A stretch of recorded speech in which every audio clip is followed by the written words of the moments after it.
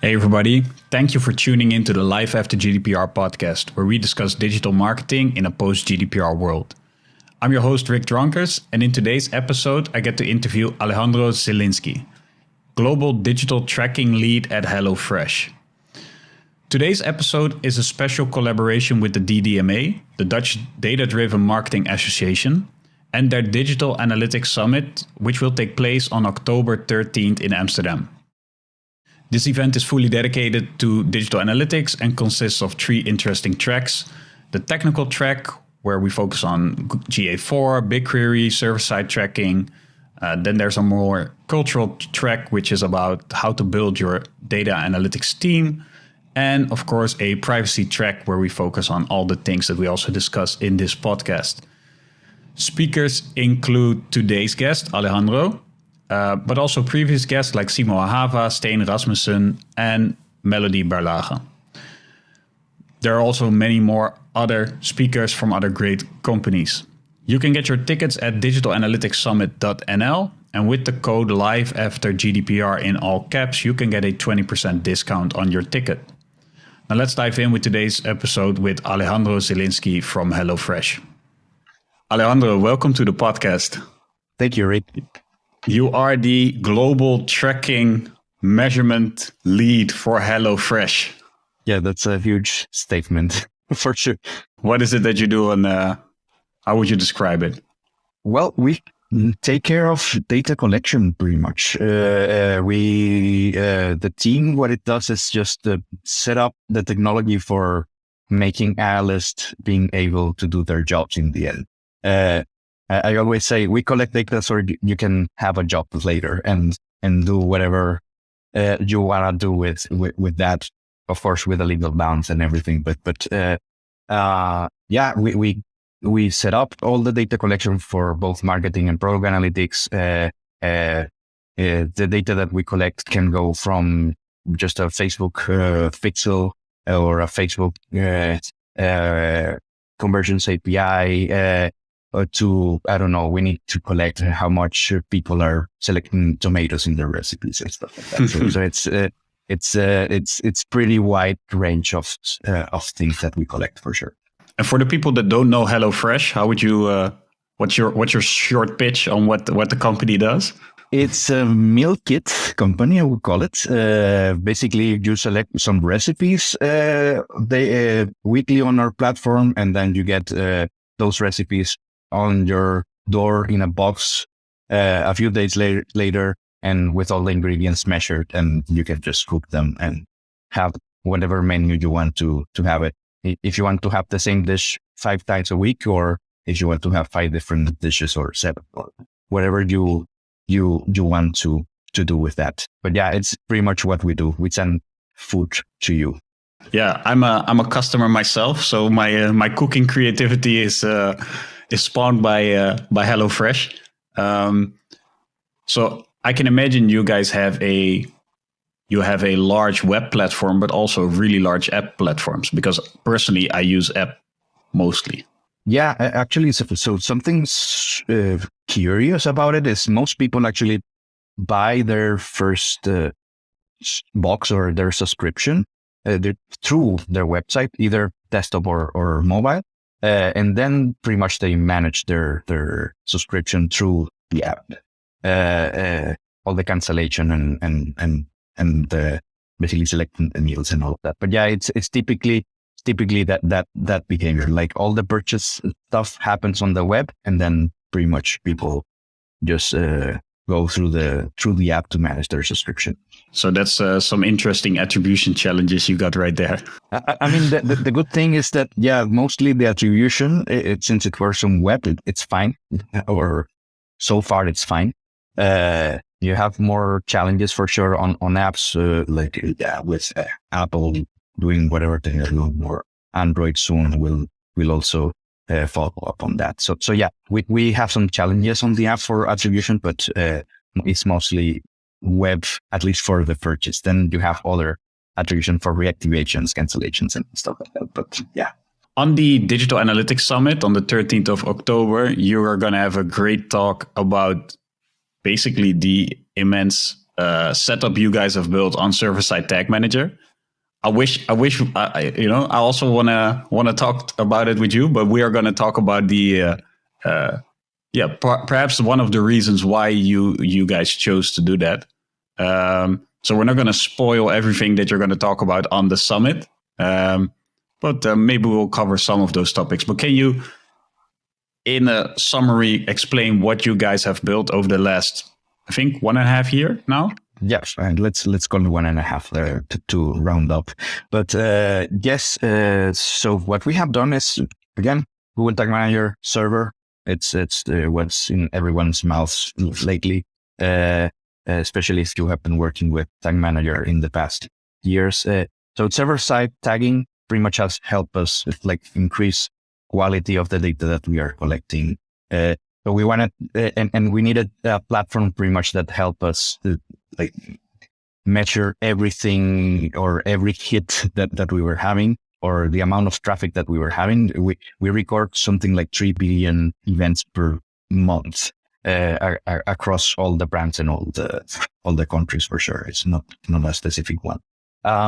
But it's something like 1,000 hits per second. We needed a platform that could handle those things, also connecting to APIs internally to enrich data. So the other thing that we wanted to really have is improve browser performance. We were having a big issue with a lot of marketing tagging on the browser, on the client side, and pretty much it was a jungle out there, and every local market had its own. Oh, let's install this. Oh, wait, let's install that. It was a free market for everyone, and that was impacting performance a lot on the site. Yeah, there wasn't anything standard, for sure. So you would have separate tag managers for HelloFresh Netherlands and HelloFresh Germany, and all the countries would have their own container. Yeah.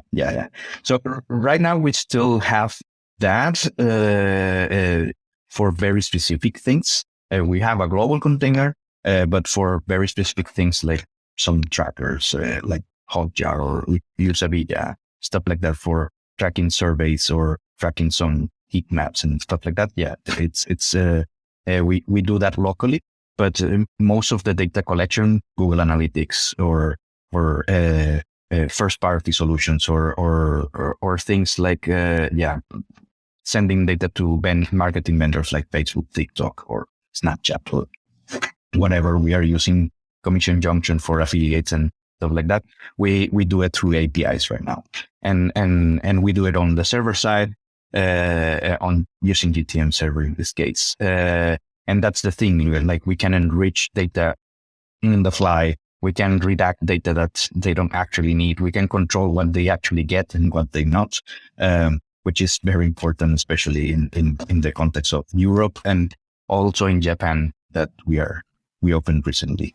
Yeah, because what you just described is basically you have centralized data collection, right? Which is, I think, for a lot of people who are actively working in this, they get excited about this idea of, wow, I can, control all this mess and get it through one pipeline and make sure that I can make sure that you measure the same way across all countries, which is, I guess, really beneficial for you. Yeah, it was the main reason also that we went for that. Also, we wanted to replicate having a super low latencies and all of this, basically not depending on where Google decided to put the servers to serve some scripts, or Facebook decided to put their scripts on physically. But yeah, basically we've served now everything from a local server in this case. Yeah. So I guess in your talk at the Digital Analytics Summit, you're going to dive deeper into the technical aspects and what you went through.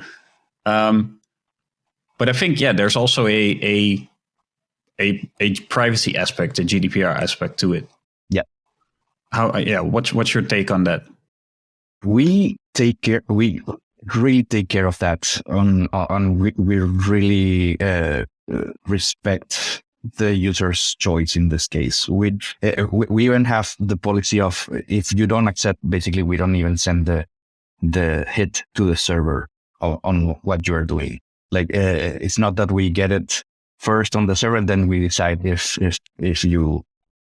we send it or not, then based on your consent. So you of course get the cookie banner or whatever you want to call it, the consent banner in this case. You get the consent banner, and then from there we decide, or you decide actually as a user, if you want to be tracked or not, and on which category also, like performance or targeting cookies and stuff like that. I mean, by experience, most people either accept all or reject all. I can say this with that 99% of the people, it works like that. Like I have seen that on the cookie acceptance platform that we use, but yeah, it's pretty much like this. So what we asked you to do is interact with the banner first, and then interact with the site. Actually, we block completely the navigation before you accept or reject. We don't really mind what you choose, but please choose something. The way you have implemented it, you also refrain from actually loading any third-party JavaScript in the browser, right? Pretty much what we are doing so for example, with the GTM script, the GTM.js script, and for example, we don't use the GTag. We do use GTag, for example, for GA4 and all of that, but we load those scripts directly from GTM server. So what we're doing is actually acting as a proxy between Google and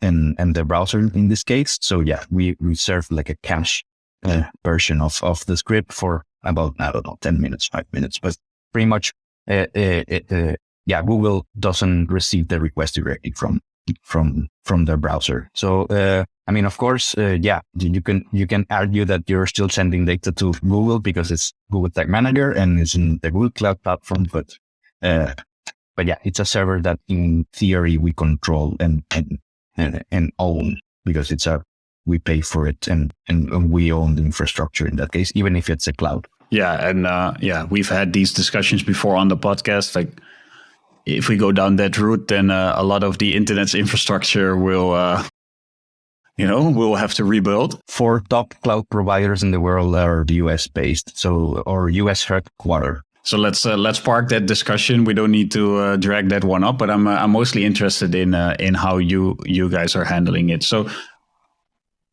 for GA4 you are using the GTag script, but I think for Universal Analytics you were only using the measurement protocol. That's correct. We have in Google Tag Manager client, we have something that constructs or builds the measurement protocol measurement protocol version 1 hit, and then we send that to GTM server directly. We don't use the Google Analytics tag itself with the transport URL and all of this, but pretty much we build the hit ourselves, and then we send it to the server, and from there we take it from. I think currently that setup would not work for GA4 with the measurement protocol limitations, but yeah, it wouldn't work. We do use, like I said, we do use GTag, but GTag served in this case from the server and not from Google directly.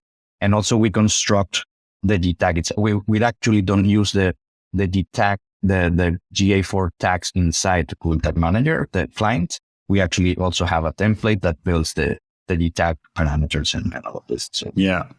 If I simplify it for people that are like thinking, what are these two geeks talking about? Basically, you are taking a lot of steps to deconstruct and to control every aspect of what you are loading in the visitor's browser. Exactly. Yeah, we try to load as little as possible. I mean, there are cases that some vendors that we cannot control because they don't have the option and marketing needs them. So but still, we control the consent of what's being sent or not.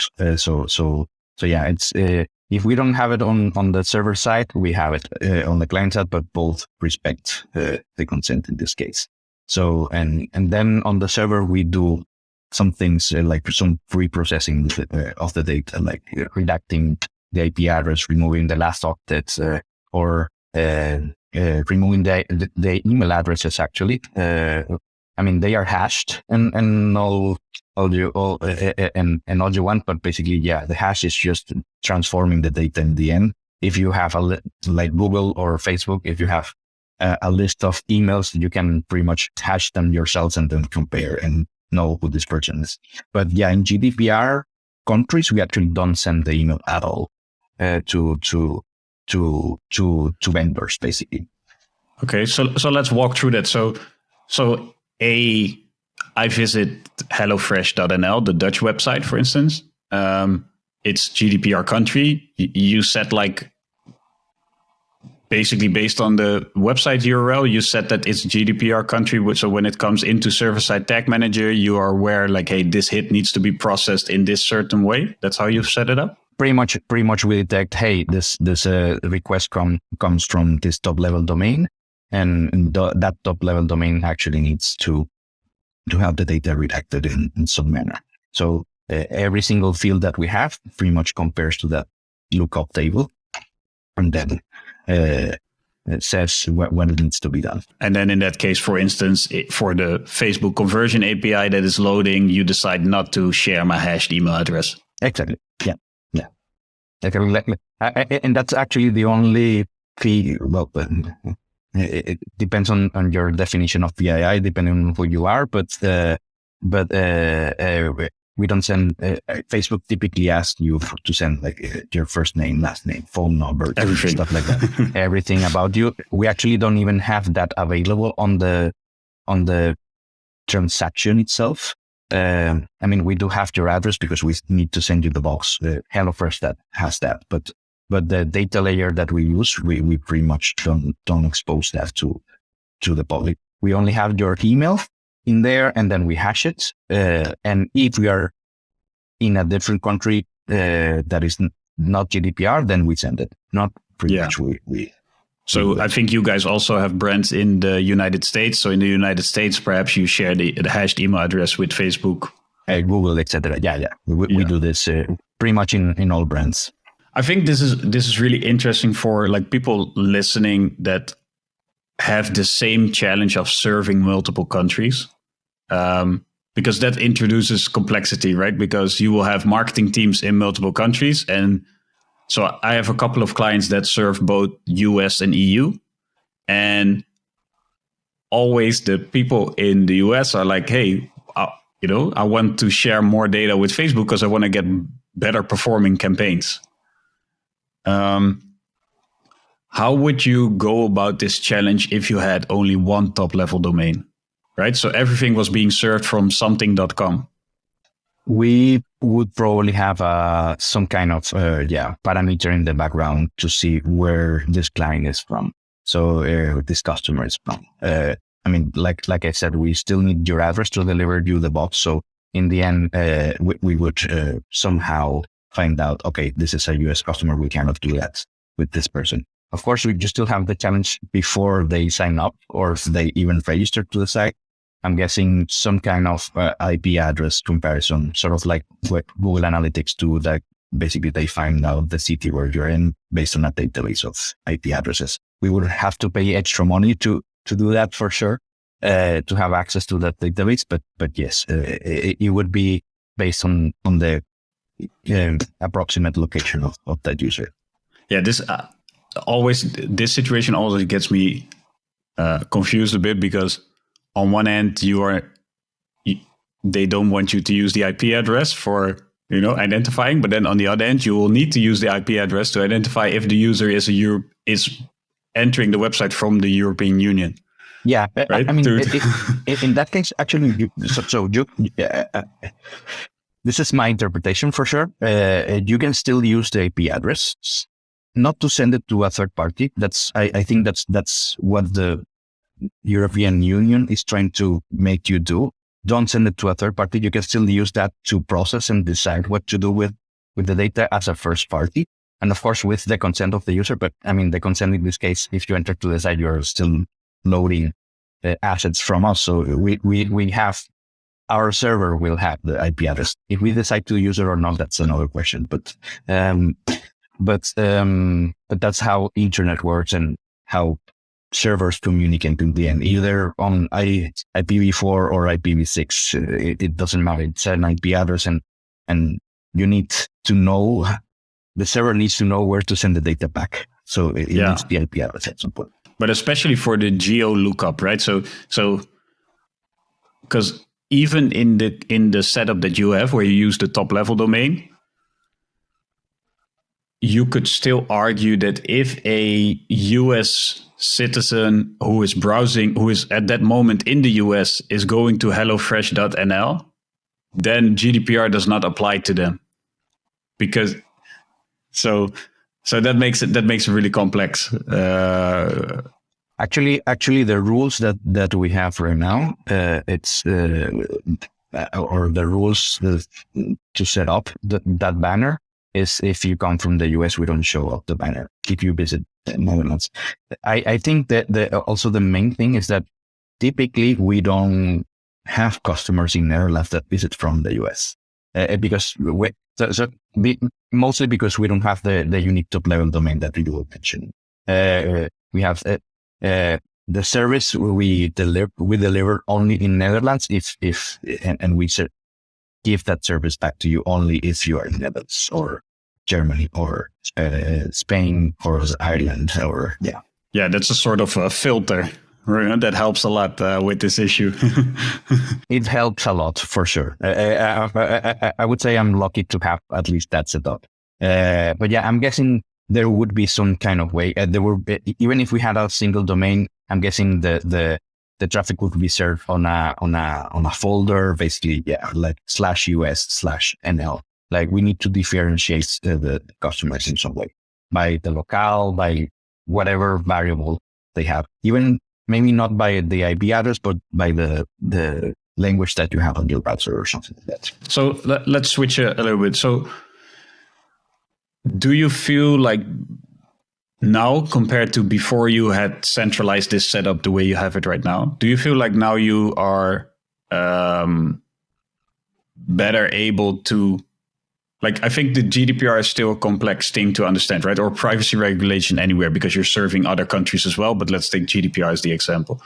I think for us technologists, it's not our main thing. We try to do as best as we can. But do you feel like right now you're in a better position than you were before with regards to the GDPR? Yes, much better than 3 years ago for sure. I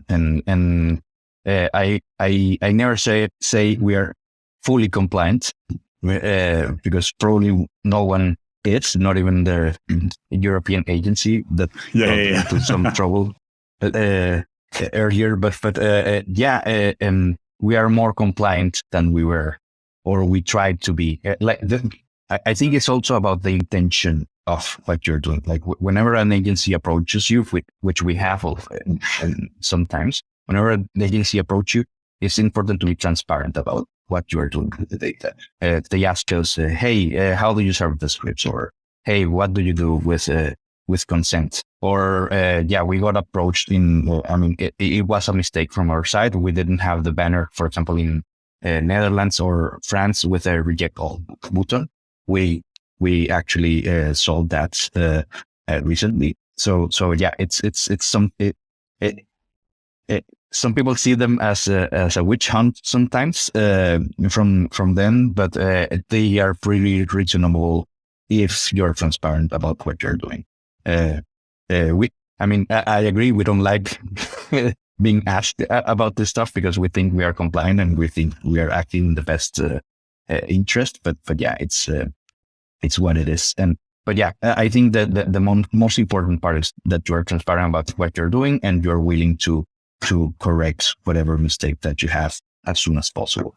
Yeah, but I think the willingness is also tied to your ability. And I think that because of what you have built and how it is constructed now, you actually now have the ability. Whereas before your only option would have been to disable the entire JavaScript, perhaps, instead of.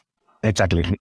Yeah, disable the track, pretty much just put a rule. If you haven't accepted, just put an exception on the on the tag and don't fire it at all. And there were no redaction of emails or personal information and stuff like that. So it's or serving scripts from your servers and all of this. So yeah, there was no way to do that before. Server side tagging in this case has enabled us to do that for sure. Yeah, because that's also the way I try to look at it. Like, I think server side tag manager in a country without a privacy regulation, server side tag manager could be used for, a lot of really cool things to enrich the data, right? Like that's what we tend to think about first, right? As enthusiasts of technology. But I think the control it gives you is actually perhaps even more interesting and more important, especially in the times we live in right now, where I think privacy regulations, eventually the whole world will likely have a form of a privacy regulation. So having that control is essential. Yeah, it does give you a sandbox to, let's call it, play with the data before you actually send it to anyone. And so it's you can just manipulate it in any way that you need to legally, or you want to as a company. Hey, I don't want to, show up to this vendor. What am I doing? Or I just want to send them some specific sales and not everything that they track on their script. I just want to send them, like, we work a lot with vouchers, for example, and we'd only send to affiliates vouchers, like purchases that were done with a affiliate voucher. We don't send all the purchases done globally at HelloFresh. So it's and only for that country specifically. So yeah, it's a way to filter out first all the things that you want to send to them, instead of just installing whatever JavaScript in there, and leave it to them to see what they are tracking. And they can read your data layer because it's still on your browser, and it's a script on your site. They can read whatever you have there for sure. Yeah, in a sense, we're reallocating the complexity, right? Where before the vendors constructed, well, usually they just copied each other's JavaScript libraries and adjusted it a little bit. But they created the complexity on their end, and they provided you with a script. And I think in that case, it also had to do with the stage that companies were at and the stage the internet was at. Like, all these companies did not have the capacity to actually build this logic themselves. Like, they didn't even know what JavaScript was, probably, right? So they got a pixel and they were like, wow, this is working, this is good, let's move to the next step. So that's how it all started, right? Yeah, and it was kind of like I was saying before, it was a bit of a jungle on, hey, let's give our tag manager specialist this tag, just install it there, put the trigger on all pages and forget about it. I mean, even when we were only on client side, before server side was a thing, we actually started to limit where those pixels were actually fired, or those JavaScript tags, basically. So and we don't need something that optimizes the conversion funnel, for example, to show up a script or inject a script on the site on where you manage your subscription, because we don't need it there. And those are different pages, and they don't need to optimize or read any data there, especially because it's also a private area of the site, and you can touch your settings there, or input a credit card or a new payment method and stuff like this. So yeah, it was before, it was and I think it is for most sites right now. Basically, you install a tag, you put it on all pages, and you forget about it, and that's it. And Tag Manager is amazing.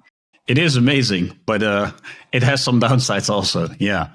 I think a lot of people don't realize that for instance, how the Facebook script would basically record every form submit that you did, right? That's insane. If you think about it, that's crazy. Like, it's like you own a physical store, and then you tell to Facebook, yeah, sure. Every shop visitor that comes in here, you can put a camera on their shoulder and follow them around, like with everything they do while they fill out their PIN code when they pay, like everything.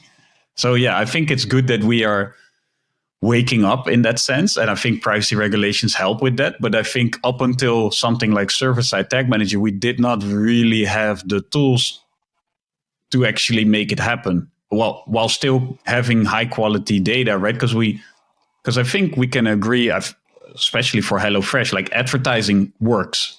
As you know, HelloFresh is a advertising heavy brand, right? You guys advertise a lot, and I think having conversion tracking on that to evaluate the return on investment of campaigns and stuff, like it is worthwhile doing it, right? But you want to do it in a nice, in a clean way, not in a track everybody without any consent way. Oh, if it was up to the marketing people, we wouldn't even have the banner there. They actually, it's funny because they typically call the difference between Google Analytics data or vendor data and data warehouse, they call it discrepancy. I call it it's not discrepancy, it's consent. it's people actually saying, no, I don't want to be tracked by a third party. I mean, you still have the purchase on your on our data warehouse, because we do need the data that you purchased the box for sure, and we have the voucher that you use, so we can still have some attribution because we know where that voucher was used and to which marketing channel it belonged. Yeah, that's actually very smart. Like, so to give people that don't know HelloFresh an idea, like I often get a voucher, like either in the app or with the physical mail, that says use this special discount code to either give friends of mine boxes, like give them free, like free meals or 20% discount or whatever, or for my own repurchase in the future. But they all are unique codes. Yeah, if you want to reactivate. Yeah, they are unique codes. Well, they are not unique. I mean, sometimes they are. I mean, if it's a referral code, yeah, it will be unique. But for example, if even in online channels, we will use vouchers. So, like if you go on a Facebook campaign, for example, we would have a voucher there. It will give you still a discount, but it's not unique to the click that you just did. No, but it's unique to Facebook in that case, right? To add that campaign on Facebook, most probably. But yeah, exactly. So that's a nice like backup way to attribute. Yeah. You currently have a consent banner. If people opt out, you don't track. Have you thought about, if people opt out, having like your own totally anonymized first party tracking? Like let's call it a snowplow kind of thing, where there's no user identifiers, only for product analytics, basically only how do people navigate and what they do, but unable to stitch it to the user. That would be one option. I have thought about it. Many people have thought about it. I'm not going to attribute that to myself. Many people internally have thought about it, but then in the end, we reached the point of how much do we need to invest to actually build an analytics solution just to measure the 15-20% of the data that we are actually missing. I mean, it's actually curious. Some insight that we got earlier down the road when we were implementing the banner was that we were actually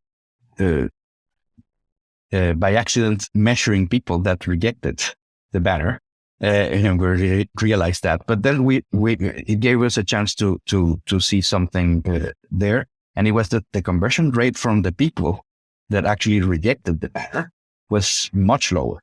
And for us, it was like, okay, we are actually, yes, we lose those users, but we actually are not losing that much of the data that we actually need. Yeah, or that you care about. Yeah. Or let's call it quality users. Sorry to discriminate against those that reject, but no, yeah, I mean, we weren't losing that much data to begin with. Also, if I see the consent opt-in rate, let's call it like that, the opt-in rate of the banner, it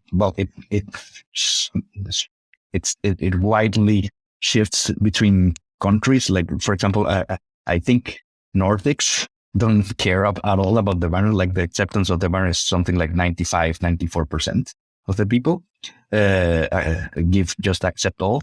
But then you go to Germany or Netherlands or France, and it's much lower, 75, 80. I don't know if I would invest that much time building an analytics solution for just measuring those people.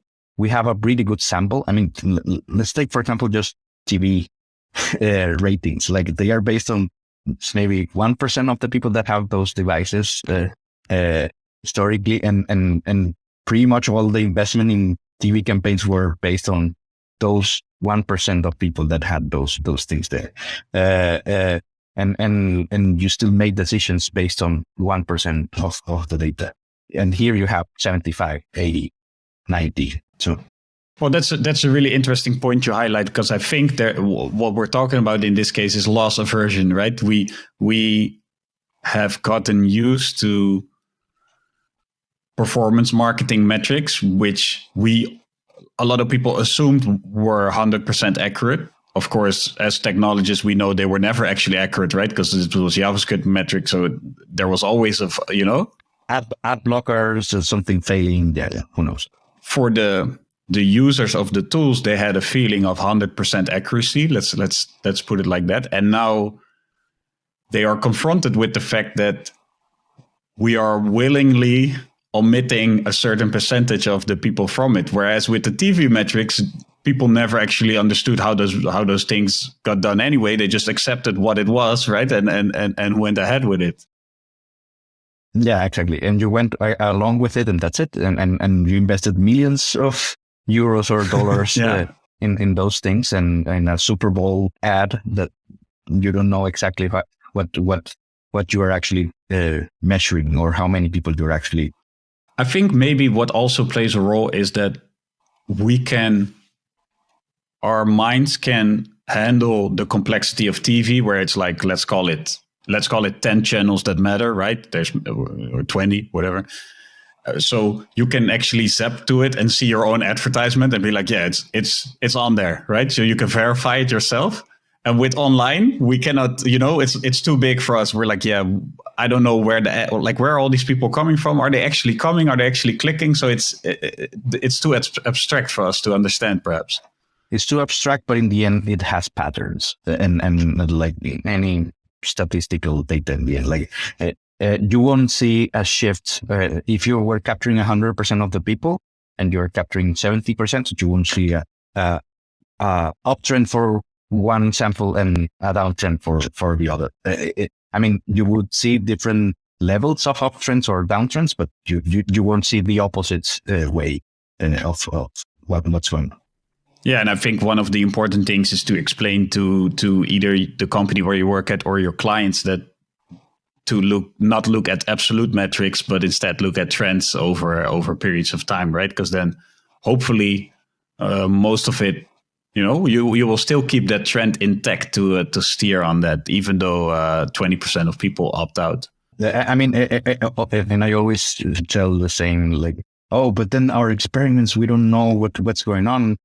Again, if you have a 1% increase on whatever metrics you're measuring, then it's not worth what you're doing. You're looking for a 5, 6, something significant. If you have a 1%, it's probably an error, like you are within the margin of error for sure. So, and I always joke about here at HelloFresh whenever they have a conversion rate experiment. In the 3 years I have been here, is like, yeah, we have had conversion rates increases on every experiment. We should be converting 100% of the people right now with all the increases that we have had in the past 3 years. So yeah, it's I think it's a matter of having that mindset that you are having a sample of the people, and it's a big sample. It's not like even polls of elections are based on 1,000 people or 10,000 people out of a country of millions. So it's not it shouldn't be an issue if you know what you're looking at, for sure. Yeah, I think this is probably a little bit of education that we need to help our clients and our internal clients or our real clients with, like helping them process the loss of their data, to mourn it and then to move on. Yeah, and they spend a lot of their time validating against different, dashboards. Or, hey, GA is saying one thing. Hey, Google Ads is saying this other. And my voucher data is saying this other one. Which one should I believe? All three, actually. Yes. You should believe all three. You cannot sum all of them or aggregate all of them. You shouldn't. But yes, it's a matter of knowing what you're looking at and dealing with that fact and knowing that you're looking at a very good approximation of reality. Yeah, and also focusing on moving forward with what you have instead of trying to get too perfect, which will never happen, right? That's not the goal. Will never. Exactly. That's not the goal. Your goal is to grow or increase the business or sell the boxes in this case, or sell the food. Not to have 100% of clicks in all of the platforms. So switching back a little bit to the privacy aspect. So you mentioned that whenever a DPA of a country reaches out with, hey, your cookie banner is configured wrong or whatever, kind of question they have, it's important to be open to them. How have you handled the documentation of your setup? Like, what have you guys done to support that? I cannot speak for every case, but for sure, the cases that have reached out to us or to me directly, typically they just have like a form with questions, and they ask you, hey, how are you handling this? Or, hey, how are you handling UTM parameters or IP addresses? Or and we just are open to it and say, yeah, we do this. We have a proxy for the scripts. We redact the IP addresses and all of that. So far, those have not reached anything further than that. So I cannot speak from experience. But yeah, typically we are, I always say we are compliant, more compliant than the next guy. So it's, they will go probably for the other person or the other company that has less compliance than us in this case. It also is not something that they are actively looking into all the sites to see, let's see HelloFresh, what they are doing wrong today. No, it probably came from a complaint from a user or something like this. We have had users directly approaching us saying, hey, I'm seeing this cookies from Facebook, but I didn't accept. And then basically, for example, we have in GA, for example, or other third parties, basically just like a flag saying, yeah, you did accept, and this is the ID of the acceptance of your cookie banner. So we have a way to say, no, you did this. If you reject that, you can still opt out of the cookies, and then basically they won't show up again. But yeah, that's the thing. We are reasonable about it, and we are open about it, and we try to solve everything. Of course, you cannot make everyone happy. Some people will still complain about it. So far, we haven't had any issues. Touching wood here that we won't have big ones in the future. But yeah, we try our best. We have the willingness to protect your data, and I think that's the important part inside the company, having someone that actually advocates for that. Because if you don't have it, pretty much everyone does whatever they do, and no, I will never get caught, or you're not that big for getting caught and stuff like that. So, but yeah, it's important to have people advocate for this internally. I've seen a presentation of yours before where you explain the technical setup, which we will also do at the Digital Analytics Summit, likely. But do you also have maybe internal or perhaps also external document about those data flows from a privacy perspective? We do have the privacy policy, but yeah, we don't explain the flow in there for sure. of how the data is traveling. Internally, we do have those documents. We have the conflict pages and everything in between. But and whenever a lawyer or a legal person approaches us, we basically point them to the documentation or have a call with them, explain them what's going on. But yeah, I think we don't have anything facing publicly other than me speaking to you about this or at conferences. But yeah, that's actually because this is an idea I have, which I want to roll out for a client in the near future, where we got to do their entire setup together. So instead of just jumping in somewhere in the middle, they had a new website, so we get to do beginning to end implementation. So we also do all the documentation for them. And then I was thinking about, okay, maybe we can take this documentation, which is of course for us, technical aim, but maybe we can turn it into a,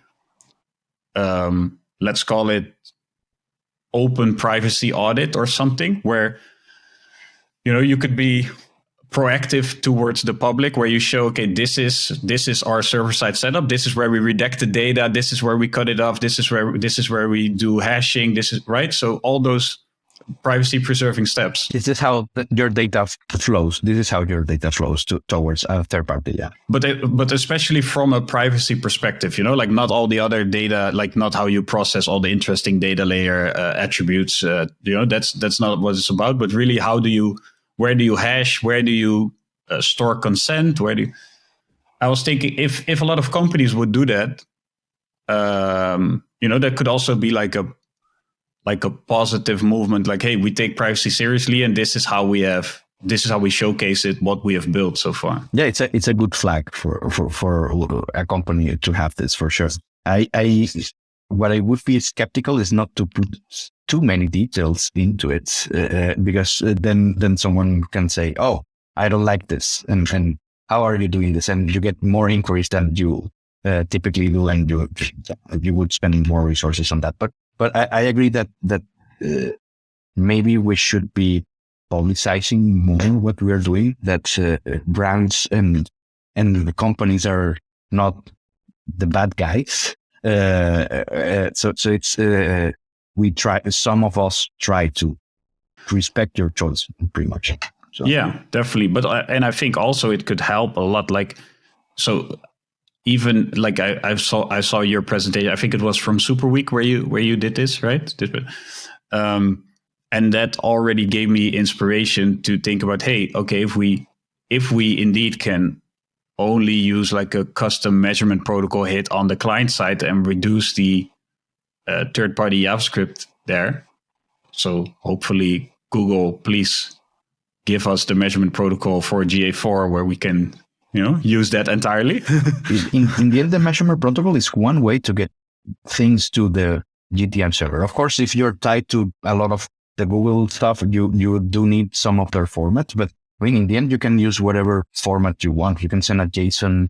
I mean, there are a lot of providers actually working on that. You have, I don't know, the people from State or the people from, there are many custom scripts that send data to a server or construct basically an HTTP request, which is what it is in the end. Construct a custom HTTP request and send it to the server.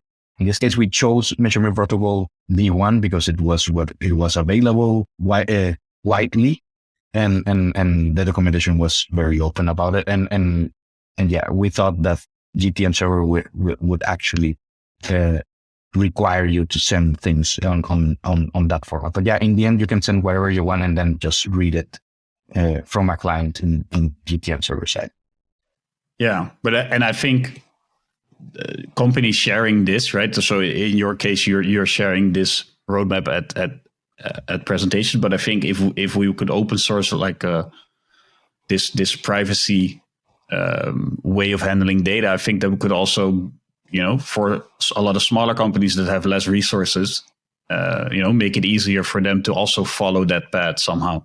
Maybe you will build a template in the gallery of GTM and just, hey, if you want to send server side tracking, you can just do this. I mean, we call it server-side tracking, but it's actually a hybrid thing because you still depend a lot on the client for sure. But yes, I agree that we should have something more open, not a lot, and we'll also should open up a bit on how the requests are used in GTag. I mean, you have very weird things like the Google Ads tag replying back to the browser with a HTTP request that it needs to do to be able to set up the third-party cookies, and you need a G tag for that. Otherwise, so basically, if you want to be able to retarget right now with Google Ads and serving GA4, for example, you need to use G tag. You cannot use your custom solution for this. So yeah, it's. I don't like it. I mean, I appreciate the technical aspect of it. It's really nice how they handle this, but yeah, privacy wise, it's like you're not doing actually anything.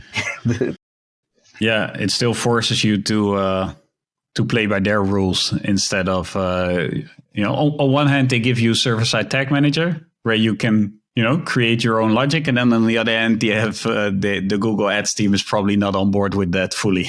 Yeah, I mean, and I get it, it's their business, and so they have to defend it, but yeah, and like I said, I appreciate the technicals, the technical aspect of it, but for sure it looks weird, like getting back to the browser URL, that URL gets interpreted in some way to send an HTTP request, so you get the third-party cookie, which we are trying to avoid in the first place. So yeah. If you look into the near future, let's call it next 3 to 5 years, well, that's already quite far ahead, right? But what would you hope to see when it comes to enhancing privacy even further? Like, you already have this great setup right now. I think you're definitely ahead of the average company. You guys are definitely ahead. You have a lot of the infrastructure, let's say, you have it rolled out. But what would be the features you would like to see, or the things you would like to see to move this to the next step? I would say more than technical stuff, because we are already pretty much have everything that we need to make that happen. I would say it's education on the channel managers, marketing managers, basically. Education on the sense of what we were talking about before. First, you're having a subset of the data, and it's a big sample of it. You actually don't need to worry about so much about the quality of that. Second, it's you don't need to install pixels everywhere on your site to be able to have this. As your vendor to have an API. We need to have marketing vendors. Also work along with us and work along with privacy friendly things. Or methods, basically. So it's I think it's an education thing, and also a pressure from each one of the advertisers, like HelloFresh or whatever other brand it is, pressuring them. Hey, if you want to work with us, please do it. Have an API that we can send data server side, or please have these measures here. Hey, don't inject an iframe on my browser on your scripts, because I don't know what you are injecting inside that.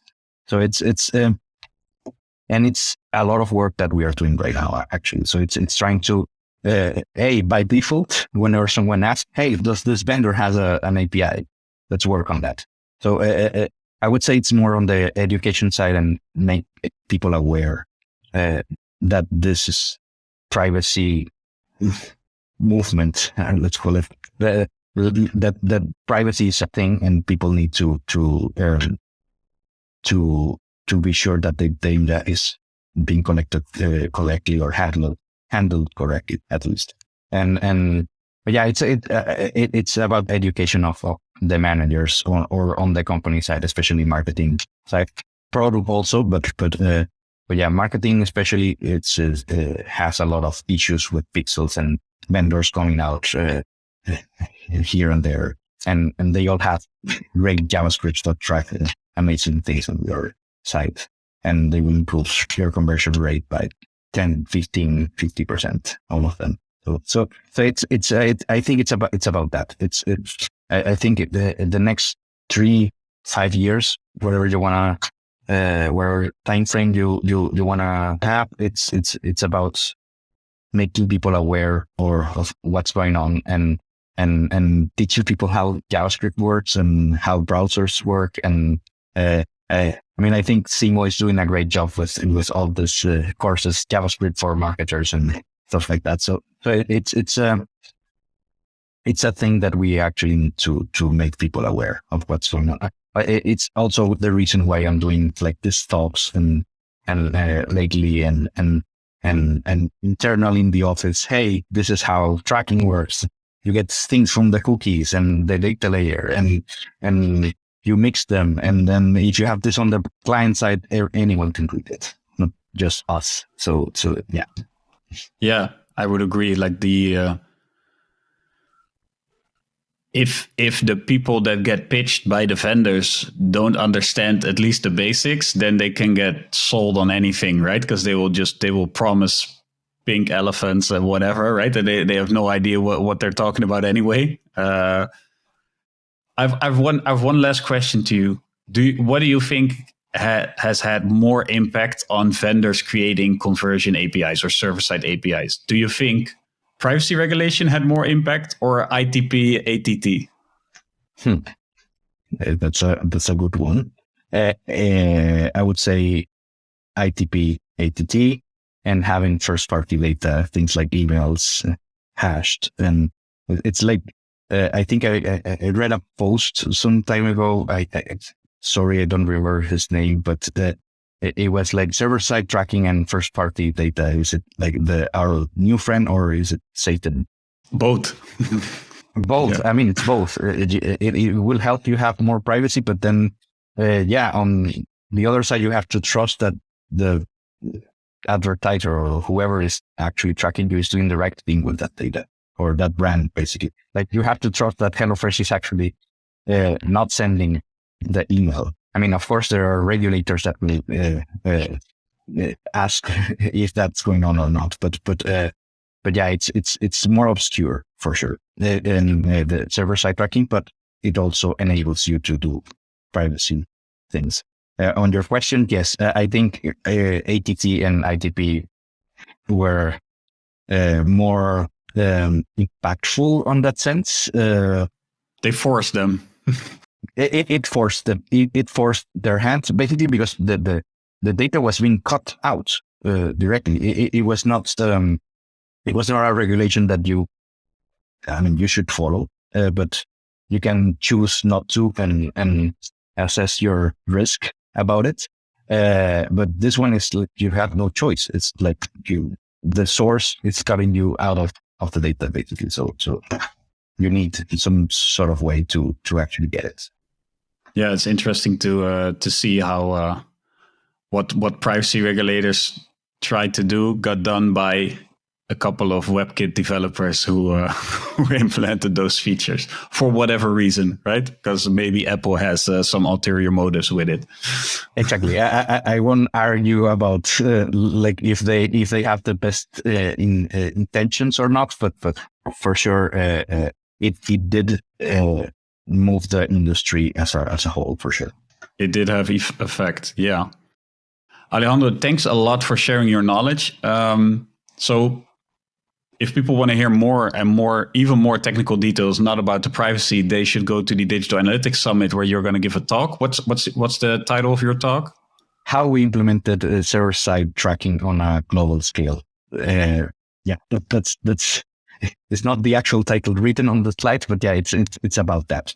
That's basically it. Yeah. So to give people a teaser, I think you have over 100 App Engine instances running all the time and a really big cloud bill, right? So yeah, 1,000 hits per second. I mean, probably even more, because this is actually some old material. But yeah, it has its months now.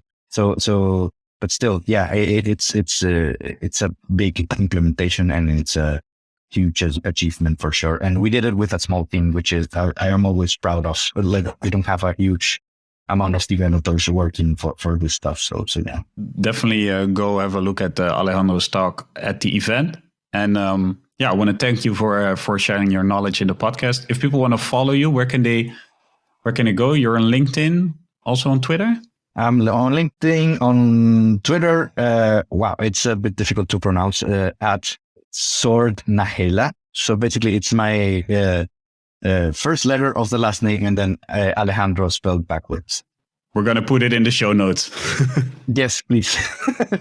but yeah, I should get a better handle for sure. Okay, thanks a lot, and we'll talk later. Same.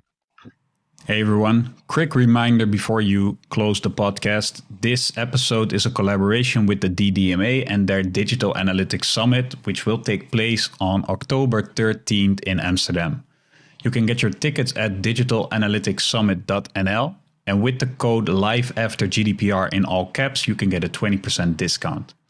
Now the event is going to be about all technical topics, BigQuery, server-side tracking, GA4, but also about how to build your data team, how to scale that. And of course, there will be a privacy track focused on all the topics that we discuss in this podcast. So try to be there October 13th in Amsterdam, digitalanalyticssummit.nl, and use the code LIFEAFTERGDPR for a 20% discount. Thank you.